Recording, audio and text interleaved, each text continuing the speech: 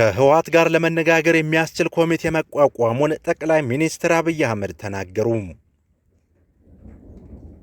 የጋምቤላ ከተማ በኦነግ ሸኔና በጋምቤላ ነጻነት ግንባር ታጣቂዎች ቁጥጥር ስር ውላ ነበር ተባለም። በትግራይ የታሰሩ ጋዜጠኞች ፍርድ ቤት ቀርበው እንደማያውቁ ተገለጸም። በጋዜጠኛ ተመስገን ደሳሌ ላይ በ15 ቀን ውስጥ ክስ እንዲመሰረት በፍርድ ቤት ትዕዛዝ ተሰጠም። በደሴ ከተማ አስተዳደር በአንድ ፖሊስ ጣቢያ ውስጥ በተጣለ ቦምብ የ5 ሰዎች ሕይወት አለፈም። ይህ 4 ኪሎ ሚዲያ ነው። የገጻችን ቤተሰብ ለመሆን ሰብስክራይብ ያድርጉ። ፈጣን መረጃዎችን ለማግኘት የደወል ምልክቱን ይጫኑ። ወደ ዝርዝር ወሬዎቹ አለፍን። ከህወሓት ጋር ለመነጋገር የሚያስችል ኮሚቴ መቋቋሙን ጠቅላይ ሚኒስትር አብይ አህመድ ተናገሩ። ሰላም ለማምጣት ያለመ ነው ያሉት ኮሚቴ በአቶ ደመቀ መኮንን እንደሚመራም ገልጿል። ከህወሓት ጋር ድርድር ሲጀመር ይፋ እናደርጋለን ብለዋል ጠቅላይ ሚኒስትሩ።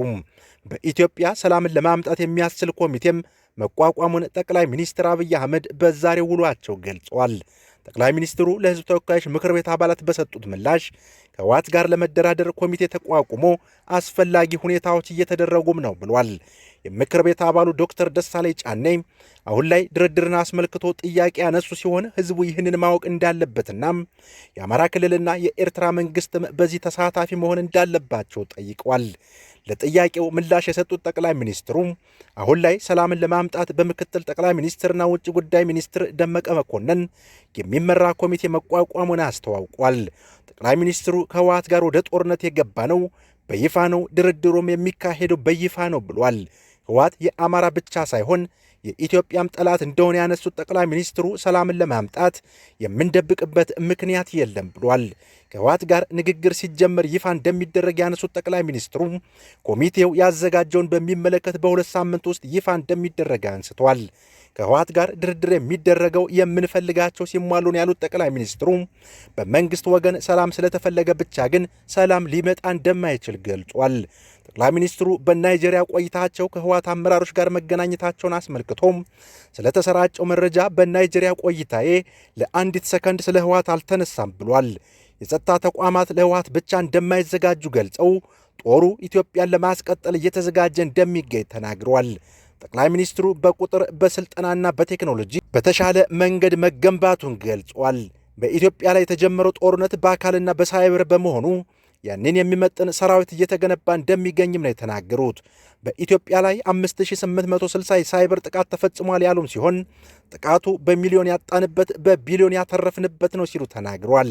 ህግ የማስከበር ስራው በሁሉም ክልሎችና ከተማ አስተዳደሮች በመካሄድ ላይ እንደሆነ የገለጹት ጠቅላይ ሚኒስትሩ በተለይም በኦሮሚያ በአማራና አዲስ አበባ እንዲሁም በቤንሻንጉል ጉሙዝ ክልሎች የተሻለ ስራ መሰራቱን ለምክር ቤቱ አብራርቷል።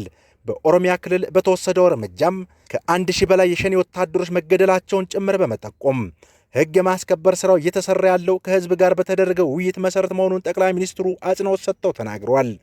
በህወሓት አስተዳደር የትግራይ ህዝብ ያተረፈው ጥላቻን እንደሆነ ገልጸው አሁንም ችግርና ስደት እንዳለና አመራሮቹ የራሳቸውን ኑሮ የተሻለ ሊያደርጉ ቢችሉም ለህዝቡ እንዳልሰሩ ገልጿል።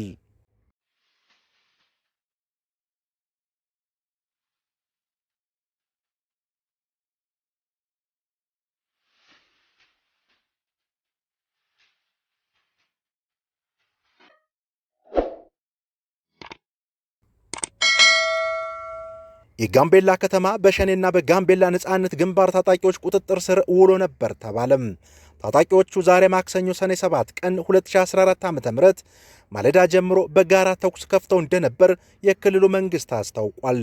የከተማው ነዋሪ ከቤት ባለመውጣት የጸጥታ ኃይሉ እያደረገ ላለው የህግ ማስከበር ተግባር የበኩሉን እንዲወጣም ክልሉ ጠይቋል። የከተማው ነዋሪዎች ሁኔታውን በተመለከተ ለአላይን አማርኛ እንዳሉት መንግስት ሸኔ በሚለውና ራሱን የኦሮሞ ነጻነት ሰራዊት ብሎ በሚጠራው የታጠቀ ኃይል እንዲሁም በጋምቤላ ነጻነት ግንባር ቁጥጥር ስር ውሎ ነበር። ሆኖም አሁን ላይ ከተማውን በድንገተኛ የተኩስ ርምታ ያወቁት ታጣቂዎች አሁን ላይ በመንግስት ኃይሎች ተከበዋል። እንደ ነዋሪዎቹ ገለጻም አላይን አማርኛ ለክልሉ ኮሙኒኬሽን ኃላፊ አቶ ውገቱ አዲንግ ጥያቄን ቢያቀርብም አሁን መመለስ እንደማይችሉ ነገር ግን ከሰዓታት በኋላ ምላሽ እንደሚሰጡበት ለጊዜው ጥያቄውን ምላሽ ሳይሰጡ ቀርቷል። ሆኖም የክልሉ መንግስት ኮሙኒኬሽን ጉዳይ ጽህፈት ቤት በይፋው የፌስቡክ የማህበረሰብ ትስስር ገጹ ላይ እንዳስታወቀው ከሆነ ተከፍቶ የነበረው ተኩስ ባይቆምም አሁን ላይ መጠነኛ መረጋጋት አሳይቷል። በድንገት ማለዳ ላይ ከተማዋን በእሩምታ ያናወጠው የተኩስ ልውውጥ ከንጋቱ 12 ሰዓት ተኩል የጀመረ ሲሆን ያለማቋረጥ እስከ ረፋዱ 4 ሰዓት ከ20 ድረስ ዘልቋል። ሆኖም አሁን ላይ በከተማው መጠነኛ መረጋጋት እንደሚታይ፣ ነገር ግን የተኩስ ልውውጡ አሁንም አልፎ አልፎም ቢሆን እንዳለ ነው የአላይን አማርኛ የመረጃ ምንጮች የገለጹት። የመንግስት የጸጥታ ኃይሎች በወሰዱት እርምጃም ከተማው በከፊል ነፃ መውጣት ተችሏል የተባለ ሲሆን በሁለቱም ወገኖች በኩል ጉዳት መድረሱንም ተገልጿል። ሆኖም የጉዳቱ መጠን በውል ተለይቶ አልታወቀም።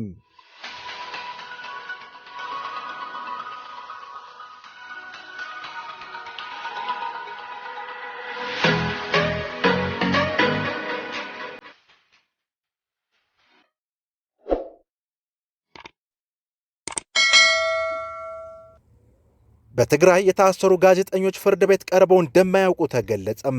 ከሁለት ሳምንታት በፊት በትግራይ ክልል መቀለ ከተማ በቁጥጥር ስር የዋሉት የትግራይ ቴሌቪዥን ጋዜጠኞች እስካሁን ፍርድ ቤት አልቀረቡም ተባለም። አላይን አማርኛ ከምንጮቹ ለማረጋገጥ እንደቻለው ከጠላት ጋር ተባብራችኋል ተብለው ለእስር የተዳረጉት የትግራይ ጋዜጠኞች ምስግና ስዩም፣ ሀበን ሀለፎም፣ ኃይለ ሚካኤል ገሰሰ፣ ተሾመ ጠማለውና ዳዊት መኮንን ናቸው። ከጋዜጠኞቹ በተጨማሪ የተቋሙ የፋይናንስ ባለሙያ የነበረው ክፍሎም አጽባህ መታሰሩም ለማወቅ ተችሏል። የታሰሩት ጋዜጠኞች በተለይ አራቱ በቁጥጥር ስር ከዋሉ 2 ሳምንታት ቢሆናቸውም እስካሁን ለፍርድ አለመቅረባቸው ጥያቄ እያስነሳ ይገኛል። የሀበን ሀለፎም ጠበቃ አቶ መስፍን አራያ ሰሞኑን ከቪኦኤ ጋር በነበራቸው ቆይታም ጠላት የሚለው ክስ ግልጽ ባይሆንም ከብልጽግና ጋር ተባብራቸዋል የሚል ሊሆን እንደሚችል ጠቁሟል። ጠበቃው በጥብቅና የያዙት ተከሳሽ እስካሁን ፍርድ ቤት አለመቅረቡ ቅሬታ እንዳላቸውም ተናግረዋል። ጋዜጠኞቹ የታሰሩበት ስፍራ ንጽህና የሚጎድለው ነው፣ የእነሱ መታሰር ለጋዜጠኝነት ሙያ የሚጎዳ ነው ሲሉም አክሏል። አቶ መስፍን የመቀለ ከተማ አቃቢ ሕግ አዲስ ገብረስላሴ በበኩላቸው ጋዜጠኞቹ የታሰሩት በሙያቸው ሳይሆን በሌላ ወንጀል ነው፣ ለዚህም አስፈላጊውን የማጣራት ሂደት እያደረግን ነው የሚል ምላሽ ሰጥቷል። በቁጥጥር ስር ከዋሉት ጋዜጠኞች ምስግና ስዩምና ተሾመ ጠማለው እስካሁን በተቋሙ ሲያገለግሉ የቆዩ ሲሆን ሀበን ሀለፎምና ኃይለ ሚካኤል ገሰሰ እንዲሁም ዳዊት መኮንን ቀደም ሲል በተቋሙ የተካሄደውን ግምገማ ተከትሎ ከስራ ታግደው የቆዩ መሆናቸውን አላይን ከምንጮቹ አረጋግጧል። ጋዜጠኛ ሀበን ሀለፎም የትግራይ ጊዜያዊ አስተዳደር ክልሉን በሚያስተዳድርበት ወቅት ከሳምንት በላይ ለሚሆኑ ጊዜያት ታስሮ የነበረ ነው። የትግራይ ቴሌቪዥን ጋዜጠኞች ባለፈው ዓመት ክልሉን ሲያስተዳድር በነበሩ የጊዜያዊ አስተዳደሩ አባላትም ሆነ በፌዴራል መንግስት አካላት በሚፈለገው መልኩ እየሰሩ አይደሉም ተብለው ሲወቀሱ እንደነበር የሚታወስ ነው። ከሰሞኑ የአማራ ክልል መንግስት እያካሄድኩት ነው ባለው የህግ ማስከበር ዘመቻም መቀመጫቸውን ባህር ዳር ያደረጉ አሻራና ንስር የተባሉ የዩቲዩብ መገናኛ ብዙሃን ጋዜጠኞች እንዲሁም ሌሎች አንቂዎች በቁጥጥር ስር ቢውሉም ፍርድ ቤት አለመቅረባቸው ሲዘገቡ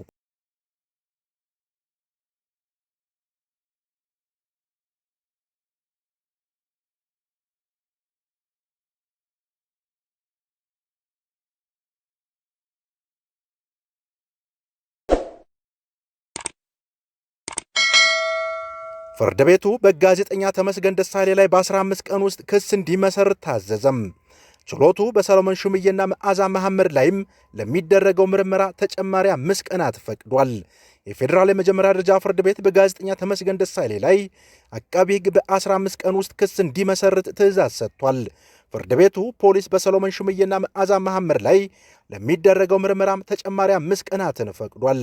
የጋዜጠኛ ተመስገን ደሳለኝ ጉዳይ የያዘው የአዲስ አበባ ፖሊስ ኮሚሽን ምርመራውን አጠናቆም ለአቃቢ ሕግ ማስተላለፉን ዛሬ ማክሰኞ ሰኔ 7 ቀን 2014 ዓ.ም ለፍርድ ቤቱ በጽሑፍ አስታውቋል። ከፖሊስ የምርመራ መዝገቡን መረከቡን በጽሑፍ ያረጋገጠው አቃቢ ሕግ የክስ መመስረቻ 15 ቀናት እንዲሰጡት ችሎቱን ጠይቋል። ጋዜጠኛ ተመስገንን ወክለው በችሎት የተገኙት ጠበቃው ሄኖክ አክሊሉ የአቃቢ ሕግን ጥያቄ ተቃውሞ ፍርድ ቤቱ የደንበኛቸውን የዋስትና መብት እንዲያስከብርላቸው ጠይቀዋል።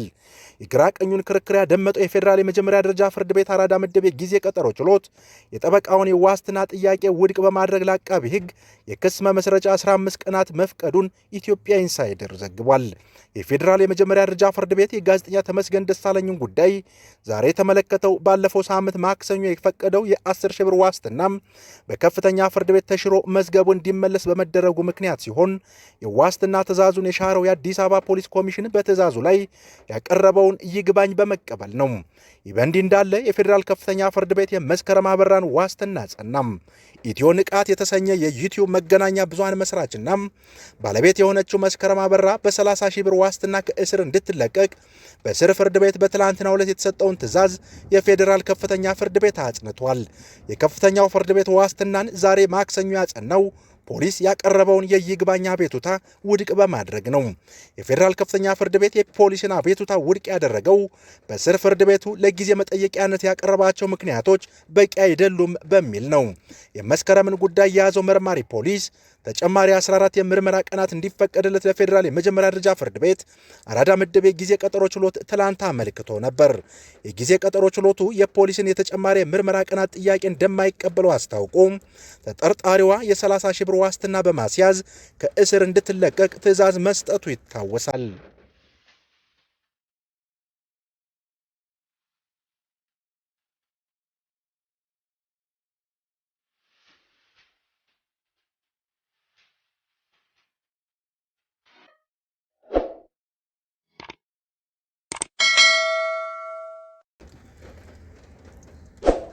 በደሴ ከተማ አስተዳደር በአንድ ፖሊስ ጣቢያ ውስጥ በተጣለ ቦምብ የ5 ሰዎች ሕይወት አለፈም።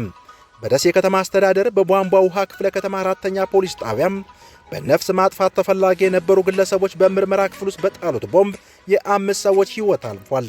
በነፍስ ማጥፋት ወንጀል ሲፈለጉ የነበሩና የ25 ዓመት ፍርደኛና 4 ሽፍቶች የተለያዩ ጥፋቶችን ለመሰንዘር አቅደው ከቀኑ 10 ሰዓት አካባቢ ሲንቀሳቀሱ በሕግ ቁጥጥር ስር ለመዋል በተደረገ ጥረት ሽፍቶቹ የታጠቁትን ትጥቅ እንዲያወርዱ ከጸጥታ ኃይሉ የተሰጣቸውን መመሪያ ባለመቀበልና መመሪያውን በመተላለፍ የታጠቁትን ቦምብ አውጥተው በማፈንዳት የሰው ሕይወት መቅጠፉን የደሴ ከተማ አስተዳደር ኮሚኒኬሽን መምሪያም የከተማውን ፖሊስ መምሪያ ዋቢ አድርጎ ዘግቧል።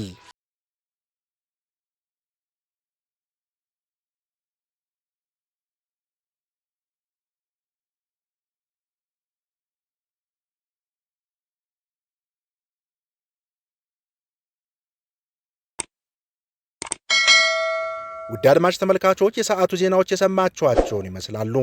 ሰናይ ጊዜም